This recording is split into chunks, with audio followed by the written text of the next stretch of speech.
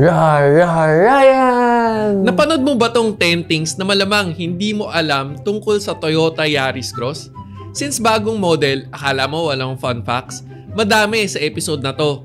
Actually, kahit na bagong model ng Toyota to, meron na siyang pedigree. Sa episode na to, pag-uusapan natin ng direct to the point at walang palabok na pinagkaiba ng variants. Para isang tingin mo lang, alam mo na anong pagkakaiba ng variants. Actually, mahirap para sa episode na to kasi tatlo sila. Alam mo, minsan sinusorte tayo sa mga episode natin kasi kompleto ang lineup. Ito ang Yaris Cross G. At ito ang Yaris Cross V.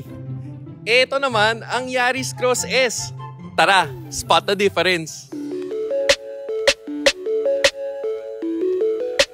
Sa front, ito ang Yaris Cross G, V at S. Bigyan kita ng 5 seconds para ma-spot ang difference.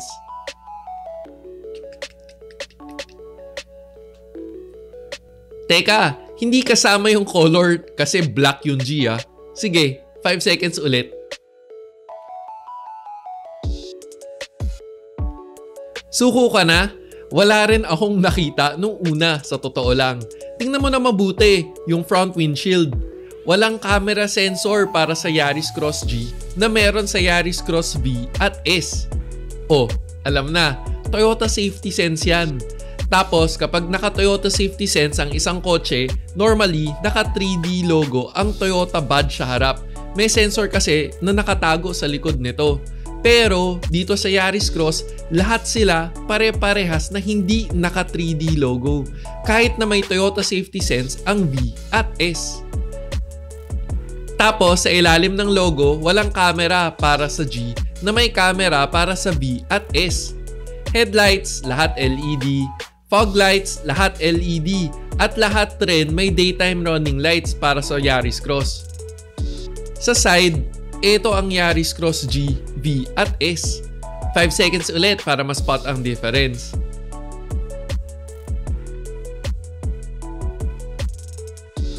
Siyempre, yung medyo obvious na new carbon neutrality HEV logo para sa side profile ng Yaris Cross S.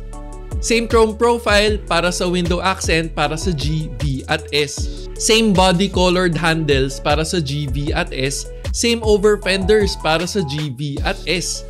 Pagdating sa wheel design, same rin. Pero kung titingnan na mabuti, 17-inch wheels para sa Yaris Cross G, 18-inch wheels para sa Yaris Cross V at S. At lahat sila naka-ventilated disc brake sa front at solid disc brake para sa rear. At para sa likod naman ng kotse, ito ang Yaris Cross G, V at S. 5 seconds ulit para ma-spot ang difference.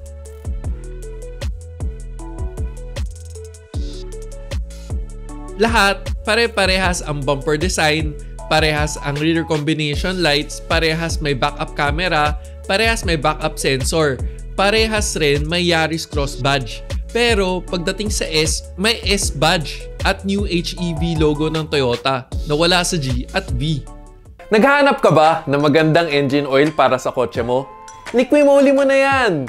Tapos, Molygen para the best, para sa longer engine life and lower fuel consumption. Sa technology na Molygen, sure na maximized ang engine performance and engine protection to the molecular level. Kaya para sa next change oil mo, Molygen ng Liqui-Moly mo na yan.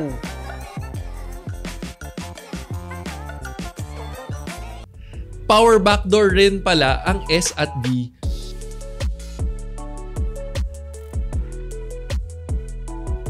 Tapos manual para sa G. Sa interior, ito ang tricky part. Bakit kasi tatlong variants kagad tong ginawa ko? Pagbukas mo ng pintuan, ganito ang itsura. Ito wala sa brochure. Sa G, ganito ang itsura. Sa V, ganito. At sa S, ganito naman. Walang accent lights para sa G na meron sa V at S. Pagdating sa seats, ito ang G, ito sa V, at ito sa S. Fabric ang G, leather ang V at S. Sa harap, pagdating sa driver seat, 6-way manual para sa G, 8-way power seats naman para sa V at S. Ganito ang instrument cluster ng Yaris Cross G, V at S. Lahat sila naka full digital instrument cluster. Pero sa G at V, naka RPM. Sa S, charging at eco meter naman kasi hybrid. Ganito ang steering wheel ng Yaris Cross G, ganito ang steering wheel ng Yaris Cross V, at ganito para sa Yaris Cross S. Same steering switches para sa V at S. Pero sa Yaris Cross V lang may paddle shifters. Walang safety sense at iba pang functions ang G, kaya madaming wala kumpara sa V at S. Hashtag, alam mo ba na may battery palang Hitachi na ang pangalan na ngayon ay Toflong Battery? Tapos, ang slogan ng Toflong ay the heart of the vehicle. Kaya dapat, literal na tough na at long-lasting ang battery nila. Mga Japanese talaga, masyadong literal. At ito rin ay ginagamit na OEM battery ng mga Japanese car brands. JDM, number 1.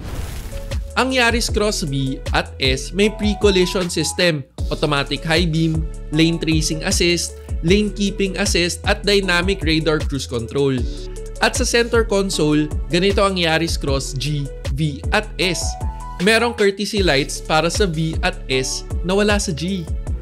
Lahat sila 6 airbags. Lahat rin sila 6 speakers. Pagdating nga lang sa S variant, Pioneer tuned sound system. Tapos may panoramic view monitor ang V at S na wala sa G. Ganito ang itsura ng engine bay. Ganito para sa Yaris Cross G at V na pure internal combustion engine. Ganito sa Yaris Cross S na may hybrid system. Tapos isa pa palang wala sa brochure, yung built-in dashcam na meron sa lahat ng variants. Wala yun sa brochure. Ang color lineup ng Yaris Cross G ay Attitude Black, Greenish Gunmetal at Scarlet. Ang color lineup ng Yaris Cross V ay Platinum White, Dark Turquoise, Greenish Gunmetal at Scarlet Two-Tone. At ang color lineup ng Yaris Cross S ay Platinum White na two-tone, Scarlet na two-tone at Dark Turquoise na two-tone. O nga pala, lahat ng S variant two-tone dahil sa moonroof nito. Sa S variant nga lang pala kasi may panoramic moonroof. Highlight lang pala natin na kapag black, matic ng Yaris Cross G.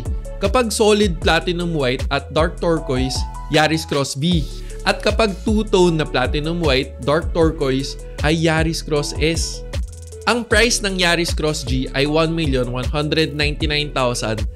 Dagdag ka lang ng 97,000, meron ka ng Yaris Cross V na 1,296,000.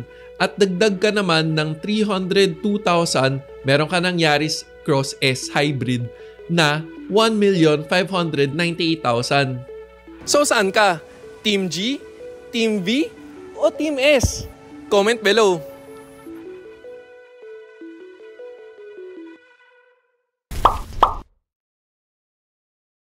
O teka, pag may nakalimutan man ako, comment down below. This is me, Real Ryan, bringing you real talk, real experiences, and real reviews. Don't forget to subscribe, like, and click the notification bell. Thank you for watching. Peace.